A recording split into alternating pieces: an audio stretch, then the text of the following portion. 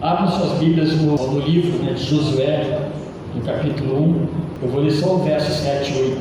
Hoje é o dia da Bíblia. A Bíblia não é só hoje, todos os dias pode ser o dia da Bíblia. Deve ser. Mas o Batista tem o segundo domingo de dezembro como dia da Bíblia. Bom para a gente lembrar do valor das Escrituras e talvez fazer uma meditação nela. E aqui fala justamente sobre isso. Deus está instruindo e encorajando Josué, não somente a amar a palavra de Deus, mas se servir dela para tudo. Dela deve fluir todas as nossas ações, as atitudes, os nossos pensamentos precisam nortear com os pensamentos da palavra de Deus, não os pensamentos de Deus, a palavra de Deus.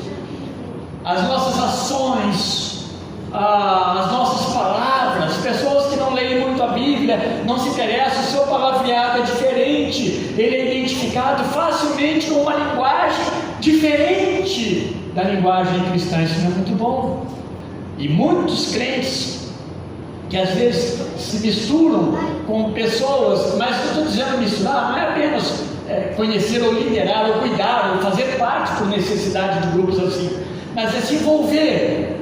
E a sua amizade muitas vezes é muito mais intensa fora da sua família do que na família. Então ela começa a pegar o jeito, a forma, as palavras, e isso começa a atraí-la. Então, às vezes o linguajar começa a se identificar, em vez de se identificar com as Escrituras, que é a palavra de Deus, se identifica com o mundo, o mundo sem Deus. Diz assim o verso 7 e 8, eu vou ler. Eu estou com a Bíblia aberta, mas eu vou ler na área como eu já transcrevi aqui, eu achei melhor. Ele está dizendo para Josué assim: Josué, apenas seja forte, muito corajoso, e haja rigorosamente conforme toda a lei que Moisés, meu servo, impôs a vocês. Não se aparte dela nem para a direita nem para a esquerda, para que você seja próspero aonde quer que vá. Não deixe jamais que este livro da lei se aparte da sua boca, mas medite nele de dia e de noite, para agir estritamente de acordo com tudo o que está escrito nele, pois assim você alcançará com felicidade o seu alvo e prosperará. Senhor nosso Deus, obrigado, Pai querido, pela Tua palavra. Ó Deus, ela é a fonte para a nossa instrução e para nossas atitudes, ó Deus, a nossa regra de fé e conduta. Ajuda-nos, ó Deus, a ter a palavra do Senhor como o nosso ensino, o nosso manual, Senhor Deus, a regra que vai conduzir o nosso viver, os nossos filhos, nossos descendentes. Ó Deus, que a Tua palavra seja viva nos seus corações também, mas precisa, ó Deus, ser verdade em nós mesmos. Ó Deus, não nos deixe viver uma mentira, não nos deixe viver, ó Deus, uma duplicidade, não nos deixe, ó Deus, viver de forma que em alguns momentos nós somos, ó Deus, leais à Tua palavra, mas em outros nós obedecemos a nós mesmos. Tua palavra diz, Pai querido, para nós tomarmos cuidado com o conselho dos ímpios. Ó Deus amado, então ajuda-nos para que esta palavra seja a base do nosso sucesso. Ó Deus, da vitória que nós vamos alcançando ainda nesta vida, mas obviamente, principalmente, a vida eterna. Ó Deus, obrigado pela Tua palavra, ela é viva, ela é atual. Ó Deus, ela nos serve, ela é infalível, é verdadeira. Pai querido, muito obrigado pela palavra do Senhor. Instrui-nos através dela, Senhor. Não nos deixe desviarmos dela, Senhor Deus, em nome de Jesus Cristo. Tenha misericórdia de nós. Agora, Senhor, fala aos nossos corações. Ajuda-nos, ó Deus, a amar a palavra do Senhor. E também nessa noite, ó Deus, continue consolando os nossos corações, muitas vezes aflitos e tristes. Ó Deus, consola-nos, ó Pai. O Senhor nos ensina que, ó Deus, aquilo que nós precisávamos de melhor, o Senhor nos deu. E mais do que isso, Deus, além da palavra do Senhor, Teu Santo Espírito então habita em nós.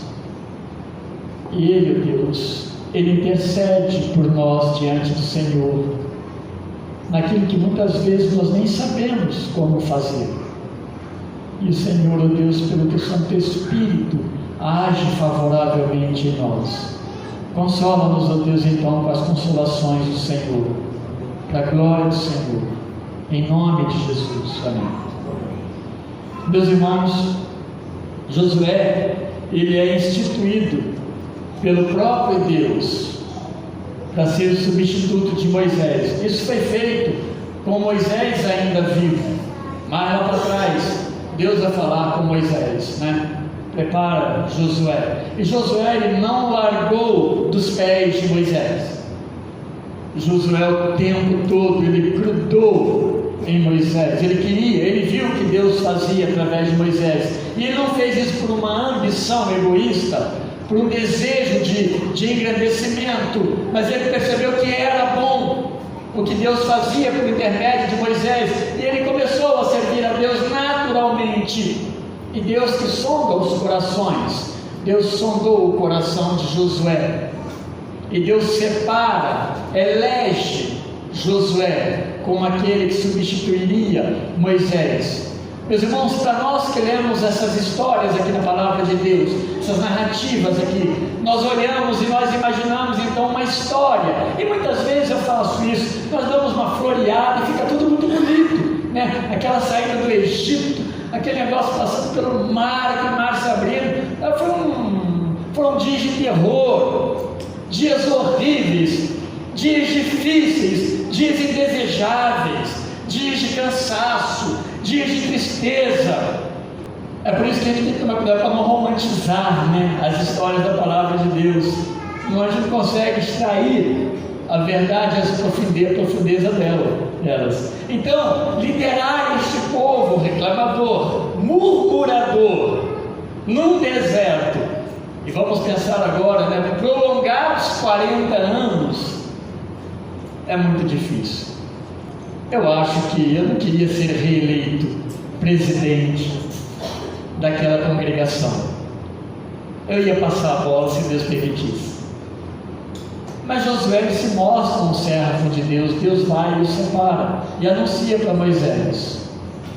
E depois ele vai falar, decretar de fato, né, que Moisés não passaria o Jordão, então Josué assumiria a conquista da terra. A conquista vai se dar na liderança então de Josué.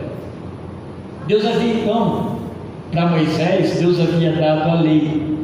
A lei é aquilo que Deus escreveu, Deus ditou para Moisés. Moisés escreve tudo que Deus mandou que escrevesse, para que ninguém esquecesse de nada, para que aquilo ali fosse um manual, formas cerimoniais, a questão da limpeza do corpo, a forma de se relacionar com as pessoas, tudo Deus vai deixar muito claro, como deveria ser o lugar de adoração, como deveria ser os procedimentos, tudo tinha uma regra.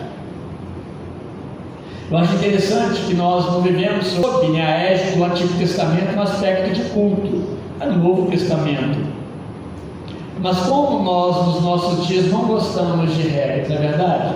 Nós não gostamos de ser regrados. No entanto, Deus nos ensina que regras existem e vão sempre existir.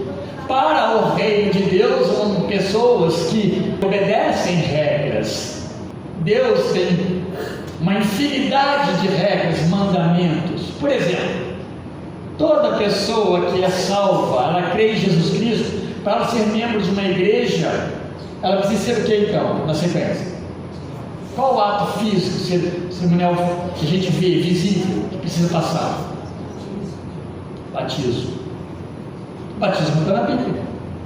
Quando Jesus fala lá em Mateus capítulo 28, ele vai falar no finalzinho lá, ele vai comissionar, ele vai falar sobre o batismo, batizando-as em nome do Pai. Depois ele vai falar mais o quê? Mais outra coisa que ele deixa como mandamento da igreja: a ceia.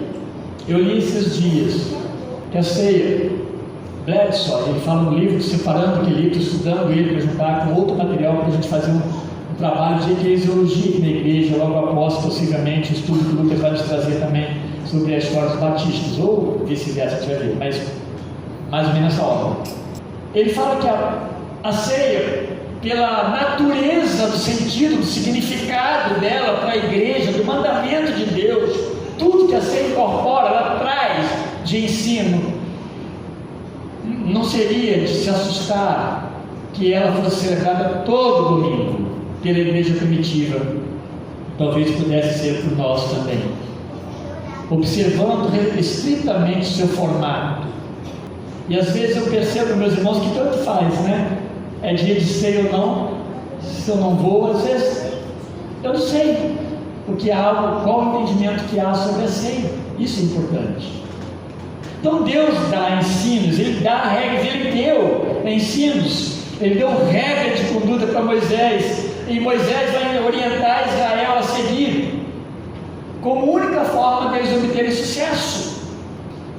Deuteronômio 5, acho que vale a pena a gente ler, se quiser acompanhar, o verso 31 a 33, olha o que ele fala aí: tu, porém, permanece aqui comigo, e eu te direi todos os mandamentos, estatutos e preceitos que deves lhes ensinar. Deus falando com Moisés, para que eles os cumpram na terra que eu lhes dou para que tomem posse. Cuidado, então, para fazeres como o Senhor vosso Deus os ordenou. Não vos desviareis nem para a direita. Olha as palavras aqui que ele falou para Josué, agora está falando aqui. Não vos desviareis nem para a direita, nem para a esquerda. Andareis conforme o Senhor vosso Deus vos ordenou, para que vivais, estejais bem e tenhais vida longa na terra que ireis possuir. Olha que coisa interessante. O sucesso daquilo que Deus ordenou e deu como promessa só se dá se houver obediência à forma como Deus determinou, ou seja, a palavra de Deus. Deuteronômio 6, eu não vou ler agora, está bem aqui na minha frente, né? Moisés, ele vai ordenar aos pais o quê? Que instruíssem os seus filhos para eles aguardarem o quê? Os estatutos de Deus. Ali o sentido é com todos os recursos disponíveis, possíveis, passa para os seus filhos os ensinos. Por quê? Porque isso é fundamental. O bem-estar na terra, o viver bem, o ser alimentado, o ser cuidado, o ser suprido, está relacionado com a obediência a Deus. Não há nenhum tipo de sucesso quando desobedecemos a Deus. Ele vai ser passageiro, mas para você ele vai ser passageiro, ele não vai vir sem a obediência à palavra. É disso que ele está falando em Deuteronômio 6, para que essas próximas gerações eles pudessem viver dentro da vontade de Deus, eles fossem abençoados por Deus. É disso que Deus está falando. E essas primeiras ordens que Deus então vai dar para Josué, aqui no texto que nós lemos, elas não foram apenas palavras motivacionais. Deus não é nenhum coach, né, que senta numa cadeirinha e anima as pessoas. Deus não estava animando temporariamente Josué. Deus estava mostrando a Josué que havia a possibilidade deles serem felizes para sempre, deles serem felizes para sempre, e não por um momento, porque havia algo muito grande pela frente ainda. A gente pode ver, a terra não era deles, isso para nós é muito claro, a terra não pertencia a eles. Aquele povo era um povo hostil, os próprios espias. Os próprios espias, eles quando eles visitam a terra, eles voltam com essa informação que aquele povo era um povo hostil. Aquele povo era um povo hostil, um povo mau. A idolatria reinava no meio daqueles povos ali. Não havia nenhum temor a Deus, o Criador. A luta entre os filisteus era para que os deuses deles fossem maior do que o Deus de Israel. Toda vez que Israel era derrotado, eles festejavam e diziam que aqui na Filístia ou Filistia, nesse território, à beira-mar, aqui em Canaã, o Deus Baal é maior do que o Deus dos judeus. Claro que isso não é uma verdade, mas é assim. Então tudo isso era confronto para Israel. Eles precisavam entender como serem vitoriosos, alcançar sucesso lá, que não seria pelas forças deles. A tendência nossa, a primeira coisa, meus irmãos, é nós gastarmos todas as nossas energias, e às vezes nós não olhamos para o Senhor. Senhor, realmente isso está certo? Esse é o caminho? Essa é a melhor alternativa? Isso a gente vai ver às vezes depois. Certo que muitas vezes Deus quer nos mostrar de uma forma muito clara. Mas essa questão de ser forte e corajoso não é um encorajamento para Josué pessoal como comandante. Olha, seja um comandante forte, um comandante corajoso, um homem destemido, um general de exército. Claro, Josué tinha bastante qualidade, mas não era apenas uma capacitação militar. É disso que Deus está falando com Josué. Deus está falando de ser forte, corajoso, de tal maneira que ele seja plenamente submisso a Deus. Você quer ser forte, corajoso, ser forte e corajosa? Ajoelhe-se diante de Deus e fale com o Senhor. Ah, Senhor, eu não tenho condições nenhuma de suportar ou de fazer, mas eu sei que o Senhor pode, e o Senhor vai dar as vias, as saídas. Deus vai clarear para nós e vai trazer o melhor caminho, a melhor saída. Então, é estar em conformidade com a lei de Deus, com a palavra de Deus, da palavra de Deus.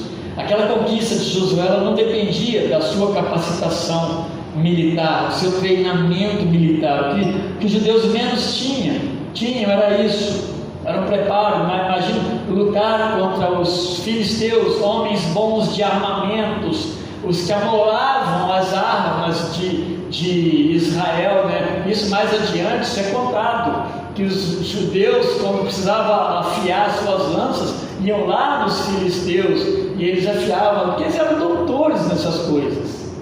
Eu sabia disso. É porque não era pela força de Josué e pela força de Israel que eles não tinham, é pela obediência a Deus e a sua palavra. O comando era de Deus. É isso que Deus estava ensinando para ele. Ser forte e corajoso o suficiente para você olhar para as Escrituras, olhar para mim e saber que eu estou comandando Israel. Serei eu que darei a vitória, serei eu que derrubarei os muros de Jericó, que destruirei Ai e que levarei a vitória em todos esses momentos. São coisas concretas, meus irmãos, são coisas reais. É como se alguma coisa que nós tivéssemos que fazer em termos de guerra estava tão próximo de nós aqui. Vai, olha para o mar se abrindo, vai em frente, atrás dos egípcios, vai em frente, e agora o mar à frente, como é que faz? Deus está mostrando que Ele está conduzindo. Portanto, também não há deserto suficiente para queimar, para sufocar ou para matar de sede ou fome aqueles que Deus conduz, o exército de Deus. Então ele precisava observar o que Deus ensina. Rituais de purificação precisavam ser observados. Isso está na lei de Moisés. A circuncisão, por exemplo, sacrifício, as celebrações que Deus ordenou, são coisas que precisavam ser observadas. Além disso, as ordens diretas que Deus dava para cada momento. O que Deus falou quando eles tinham que entrar em Jericó? Deus não deu umas diretrizes? Como fazer? Rodear. No 7º dia, toca-se as trombetas em conjunto. E eles não fizeram força nenhuma, os muros vieram abaixo. E se eles não ouvissem isso? Não é possível. Nós temos recursos muito mais infalíveis do que esse negócio que Deus está falando. Na verdade, meus irmãos, o que o diabo mais faz é isso. O que Deus está falando é uma fantasia, mas o que eu estou falando é muito mais visível, palpável. Vai por esse caminho. Não. Ouça Deus. Ouça Deus. É por isso, meus irmãos, que nós temos essa palavra. Ela não é uma palavra apenas para enfeitar estante, de forma alguma. Então, em Jericó eles obedeceram. O que aconteceu? Deus deu a vitória. E Ai, primeira luta lá em Ai, eles foram derrotados. E por quê? Porque ali em Jericó, depois que Deus deu a vitória, alguém pegou algo que Deus ordenou claramente que não tomasse daquilo. Deus, mais adiante, então, ele traz o resultado, e o resultado vem sobre a nação. A culpa veio sobre a nação, ela sofreu as consequências do pecado de Acã, ainda que Acã e sua família eles fossem destruídos por Deus. O que nós temos que olhar para isso? Que a palavra de Deus não é uma brincadeira, ela é uma verdade. Se Deus diz que faz isso, Deus diz que existe céu, existe céu. Se Deus diz que existe inferno, existe inferno. Se Deus diz faz, faz. Se Deus diz não faz, não faça. Se Deus diz que consola, Ele consola. Se Deus diz que nos ama, Ele nos ama. É uma verdade. Isso para mim, para você, precisa ser visto como o quê? Como segurança. Que você não está aí adorando como igreja, vazio, em algo que não existe. Deus não é uma invenção. Pelo contrário, Ele é até odiado, porque é verdadeiro Senhor do céu e da terra. Então, agir rigorosamente de acordo com a palavra de Deus, o que Deus está falando para Josué, é obedecê-la integralmente. Não existe como eu obedecer Deus pela metade. Não existe meia mentira e nem meia verdade.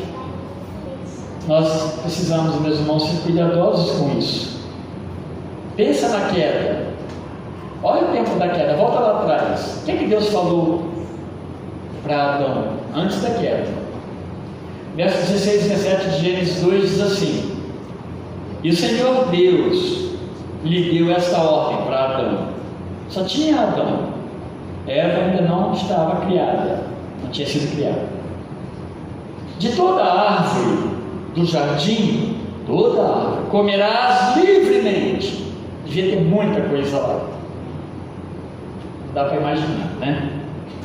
Aquilo que você tem aqui, mas você não pode comer, que está lá no Rio de Janeiro, de repente. Provavelmente Adão tinha um acesso de alguma forma, mais facilidade. Talvez não tivesse tudo ali, né?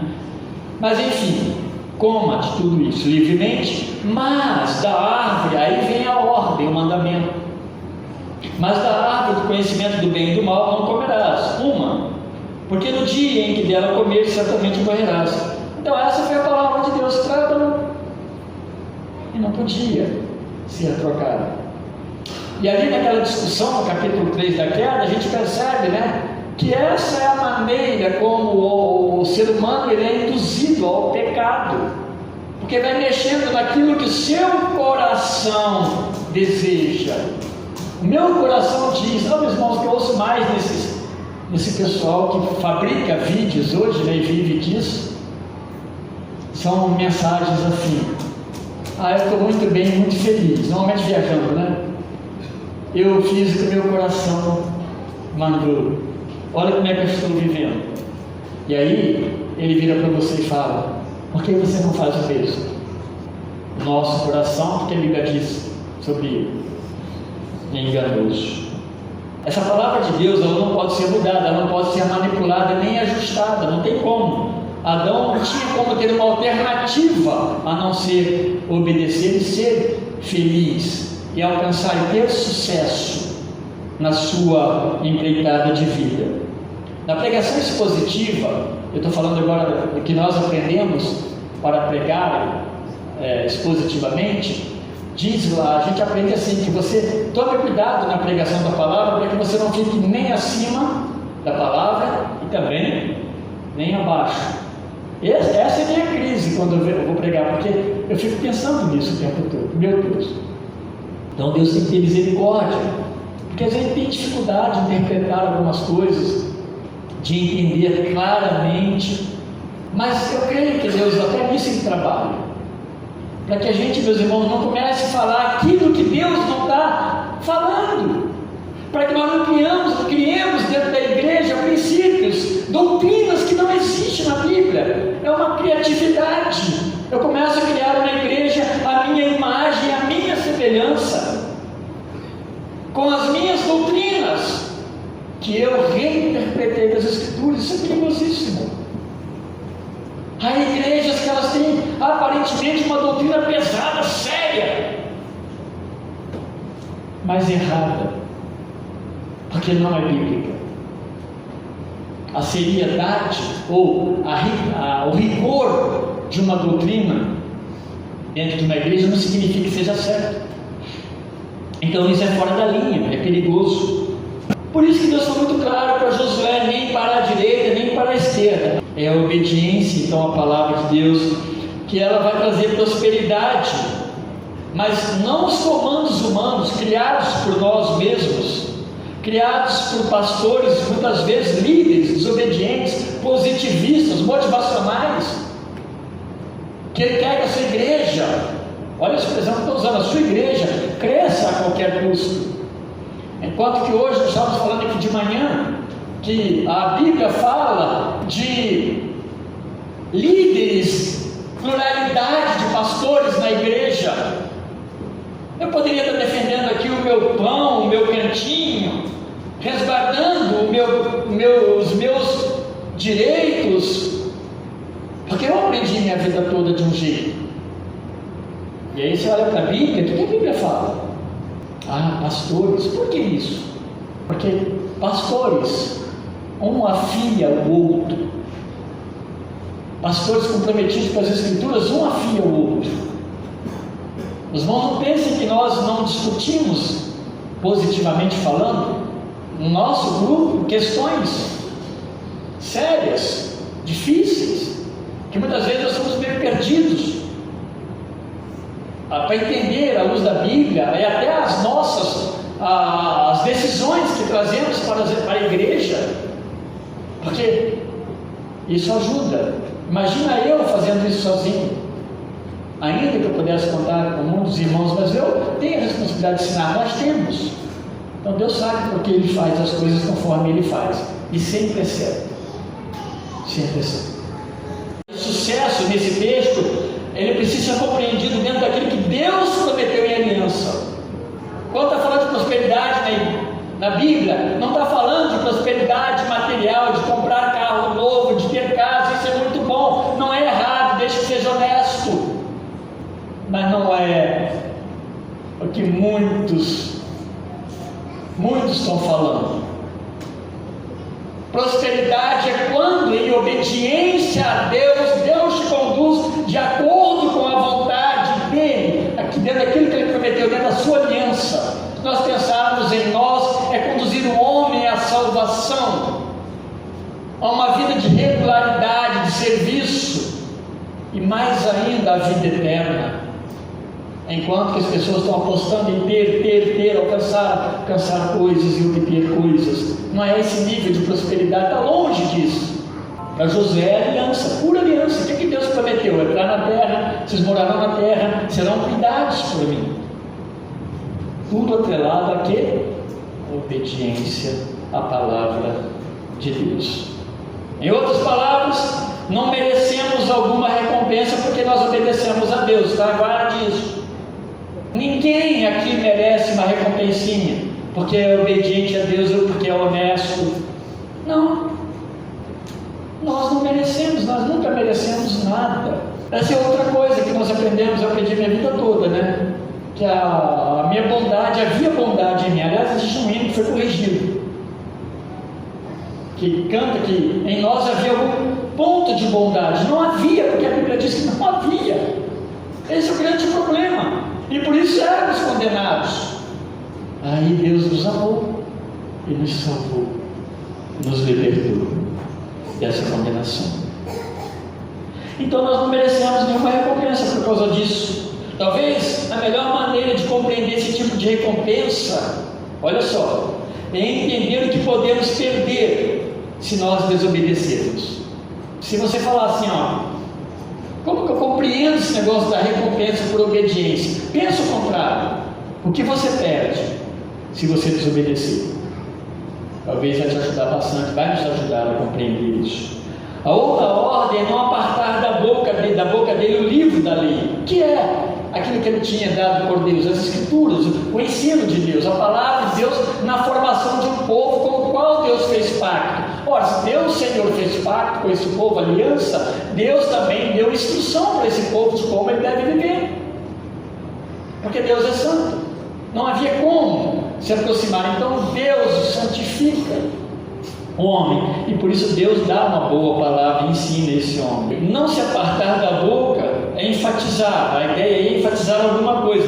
Ele precisa falar do livro, ele precisa meditar no livro, ele precisa buscar no livro da lei, nas Escrituras, na palavra de Deus, as respostas às suas situações diárias, o dia a dia. Tem a ver contigo, comigo também. Amanhã você vai deparar com coisas simples, mais complexas, que você precisa colocar isso diante de Deus. E se Deus diz na palavra dele de forma clara, e você já viu isso, não faça, não vá, ou faça. Então, meus irmãos, é questão somente de obediência. Não precisa ligar nem com o pastor. Pastor, eu faço ou não faço? Mas o que diz a palavra? A palavra diz para não fazer. Então, né? É coisa simples muitas vezes para nós, mas nós queremos levar adiante por causa até do nosso coração.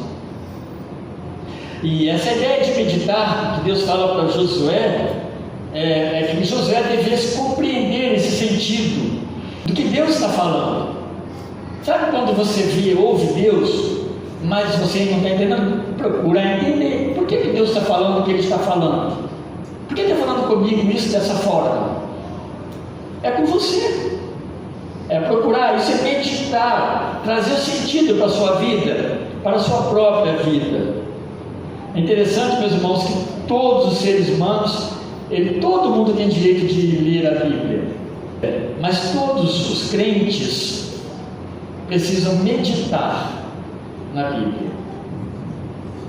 É algo que para nós precisa ser dessa forma, o meditar. Se vocês olharem para a história do cristianismo, houve um tempo que a igreja, as pessoas foram alienadas, separadas das Escrituras, e elas não podiam ler. Isso tornou algo até pecado, era pecado alguém que não era sacerdote. Olha, e a Bíblia fala que o crente é um sacerdote, né? Natural, por natureza, por causa de Cristo. E proibiram, não podia ler as Escrituras. Foi o tempo de maior pobreza no mundo, em todo sentido, porque é o afastamento da palavra de Deus. À medida que nós então meditamos na palavra, nas Escrituras, nós vamos tendo prazer nela, e a sua obediência vai nos afastando cada vez mais do conceito dos ímpios. Eu estou pensando lá no Salmo número 1. Quanto mais meditamos, mais nos afastamos do conselho dos ímpios, nós nos afastamos do caminho dos pecadores e nós nos afastamos da roda dos escarnecedores. Isso é uma obra de Deus em nós. Que maravilha, meus irmãos, pensem nisso. Tenham isso para vocês também, como uma atitude a ser praticada, uma prática. Ora, as Escrituras é nossa regra de fé e prática.